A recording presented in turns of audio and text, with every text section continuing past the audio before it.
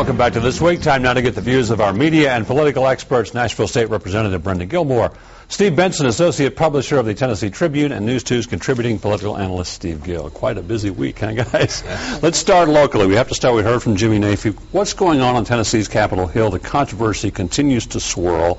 Last week, the Speaker, Kent Williams, was elected with 49 Democrats. This week, allegations come out of sexual harassment by the Speaker. The former Speaker now questioning when those allegations were really released. What's your view for what's going on down there? Well, sexual harassment is pretty serious, so I wouldn't dare say that it did not occur. However, I am a little concerned that something this serious would have occurred or even alleged that it occurred 2 years ago, and we're just beginning to hear about it now. It certainly raises red flags, I believe. And on the cuffs of swearing in our new president, the 44th president, one of the things that he said in his speech that really resonated with me was, it's time for us to put away childish things. And I believe that the Tennesseans want us to do that, to do that also, to move past all these childish things that are causing us to bicker and to fight.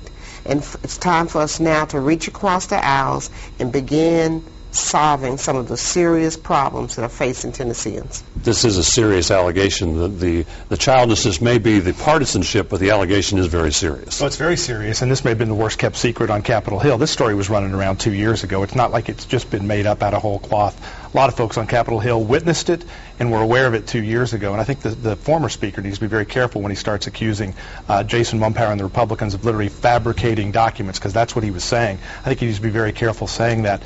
I think more importantly, this guy was just a backbencher legislator, and he was being told by the leadership, don't do this again. He apologized, apparently, according to all the reports, and they were willing to move on. But now that he's the Speaker, I think he's going to get more scrutiny. And if that includes what he's done in his past, including these sorts of episodes, I think you're going to see a lot more to come, because this guy is now a front bencher, not a backbencher. Steve, readers, viewers, they're paying attention to this. Oh, absolutely. And beyond that, beyond the allegations that need to go through the process, due process needs to take place, there are those issues that everybody's concerned about. From one end of last year to the other, in Tennessee, unemployment, if I'm not mistaken, almost doubled.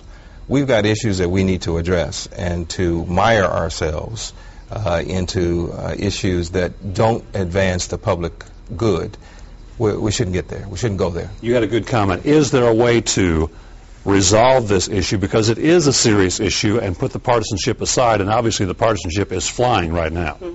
Well, ultimately, I think it's between the desires of Representative Lynn, who is the alleged victim, and Speaker Williams.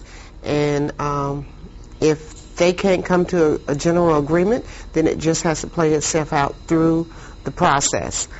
Legally, I just don't know. I'll be honest, I don't know what step we should take. But, you know, my recommendation would be is that everybody's surprised by what happened. I think that there are some Republican representatives are a little bit upset because they were caught flat-footed and surprised. But now that that has happened, it's time for us to move beyond that and begin to try to keep our employees. When we started talking about laying off 2,000 employees, that's pretty serious. It's not something we're reading on television. Those are going to affect people that we know. And those are some of the issues that I believe that we need to focus on. I think it's a matter of credibility, though. Here you've got Speaker Williams, a guy who now is clearly proven to have said one thing in promising to vote for Jason Mumpower, and flat out lied and didn't keep his word in doing so.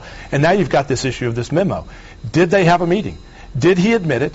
Did he apologize to Susan Lynn? This is very simple. He needs to either fess up or step out. And if, in fact, this memo is correct, this guy is once again caught in not telling the truth. Yeah, this is going to go beyond partisan politics. This can't be left with just a he said, she said. Something's going to have to be resolved with this issue. Oh, absolutely. And the longer it takes, the more it gets mired, the more we talk about it, the less truly important issues get taken care of. And so it needs to be resolved. One big important issue locally here, then we'll get to Washington. The English First Amendment failed. Pretty big. A step forward for Tennessee as opposed to what could have been a step backward by what many people believe. I'm very pleased with the way it turned out. I think all of us are opposed to illegal immigration, But this wasn't about illegal immigration. This was making sure that the safety and the health is taken care of, and even in our educational system, that we're able to communicate with everybody that's already here. And I'm very pleased that Tennesseans stood up. A major city in Tennessee stood up, and we did the right thing, which was to respect everyone that's here. You said all along this wasn't the way to resolve the immigration issue. If it passed, it wouldn't keep illegal immigration from continuing. If it had failed as it has, it's not going to keep illegal immigration from coming in. I think that some of the opposition to it was overwrought, and the hysteria in opposing it was beyond what was necessary. But I don't think this legislation would have had any impact. I do think that, like our new president is working to do with all issues, I hope that those elected officials realize that there are 30,000 people who voted for this, and their concerns need to be taken into account. Historic day in Washington. You were there, I was. despite the little flub at the oath, which probably really wasn't that big of a deal, and it was resolved. What was it like just being there? Oh, it's really hard to describe it. I just cannot come up with an adjective to describe it, no matter how sophisticated one thought they were.